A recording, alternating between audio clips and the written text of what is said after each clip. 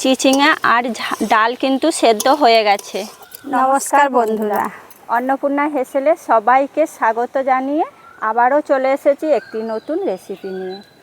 আজকে আমরা আপনাদের সঙ্গে শেয়ার করব চিচিংয়ের একটা দারুণ রেসিপি। এই রেসিপিটা কিন্তু খেতে খুবই সুন্দর লাগে আর বাড়িতে থাকা সামান্য কিছু উপকরণ দিয়েই হয়ে যায়। তা হলো চিচিঙে আর মুগ ডালের চচ্চড়ি। তাহলে চলুন শুরু করছি আজকের রেসিপি। বন্ধুরা, মুগ ডাল আর চিচিঙে দিয়ে যে এত সুস্বাদু একটি রেসিপি বানানো যায়, আপনারা না দেখলে বা বানিয়ে না খেলে বুঝতেই পারবেন না। তাহলে ভিডিওটা অবশ্যই প্রথম থেকে শেষ পর্যন্ত দেখবেন আর কেমন হয়েছে আমাদেরকে কমেন্টে অবশ্যই জানাবেন।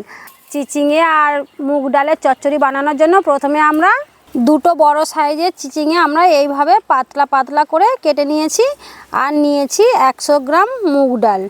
এই চিচিঙে আর মুগ ডাল দিয়েই রেসিপিটা বানাবো। উনানে কড়াই বসিয়ে দিয়েছি, এবার কড়াইয়ের মধ্যে ডালটা ভেজে নেব। ডালটাকে লাল করে ভেজে নেব।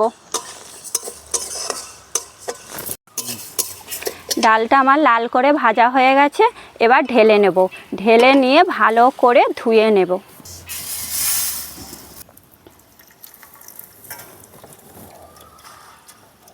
উনানে কড়াই বসিয়ে দিয়েছি, এবার কড়াইয়ের মধ্যে অল্প করে তেল দেব। তেলটা গরম হয়ে গেছে, এবার তেলের মধ্যে দিয়ে দেব ফোড়ন। একটা তেজপাতা, একটা শুকনো লঙ্কা আর হাফ চামচ কালো জিরে ভালো করে ভেজে নেব। এবার আগে থেকে যে কেটে রেখেছিলাম চিচিঙাগুলো এবার দিয়ে দেব তেলের মধ্যে, দিয়ে হালকা করে ভেজে নেব।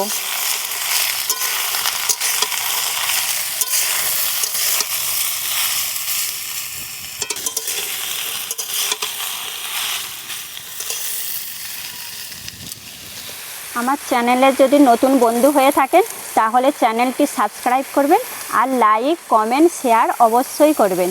চিচিঙাটা ভালো করে ভাজা হয়ে গেছে, এবার ওর মধ্যে দিয়ে দেব যে আগে থেকে ধুয়ে রেখেছিলাম সেই মুগ ডালটা।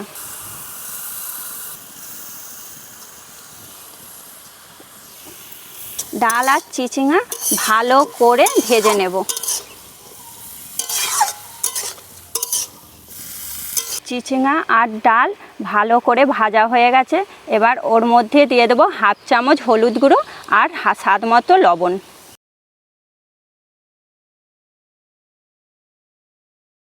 চিচিঙা আর ডাল আবারও ভালো করে কষে নেব।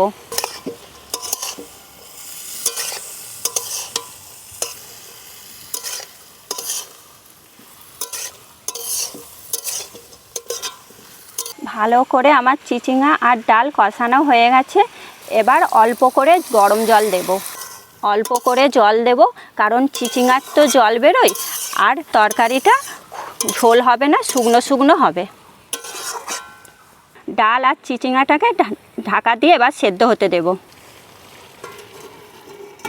চিচিঙা আর যে ডাল সেদ্ধ হতে দিয়েছিলাম এবার খুলে দেখব কতটা কি সেদ্ধ হয়েছে।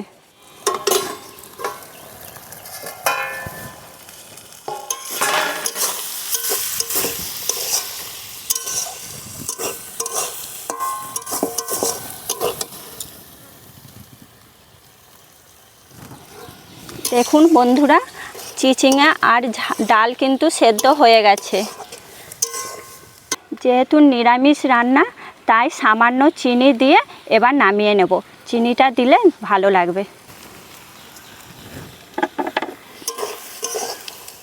আবারও সব কিছু ভালো করে মিশিয়ে নেব।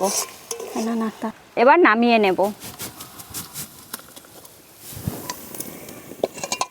আশা করি আমার এই রেসিপিটা আপনাদের অবশ্যই ভালো লাগবে। আপনারা বাড়িতে অবশ্যই বানাবেন আর খেয়ে বলবেন কেমন হয়েছে।